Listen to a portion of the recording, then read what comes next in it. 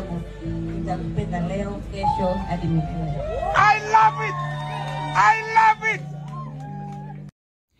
Yes, pengine ulichokitabiri kinakwenda kutimia, ama pengine lile ambalo ulikuwa hutegemei linakwenda kutokea tena. Hili ni penzi jipya ambalo linatarajiwa tena kuendelea kuishi. Hapa namzungumzia Kajala Masanja pamoja na mpenzi wake ambaye kwa sasa hivi wanaonekana tena upya kwa pamoja kupitia sherehe ya jana.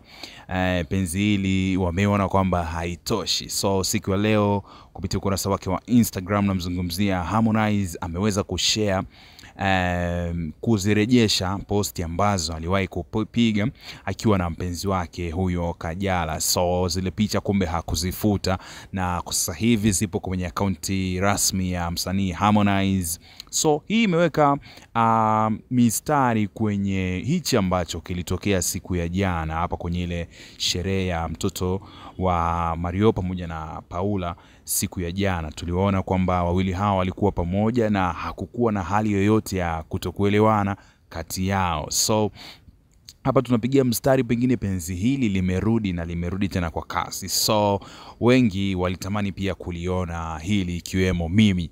So ni kitu ambacho kinawavutia mashabiki wengi wa Harmonize, lakini pia mashabiki wa Kajala kuona kwamba wawili hawa tena wameweza ku come back, na ni comeback ya kishindo. So in case you miss ile video jana, hii hapa itazame.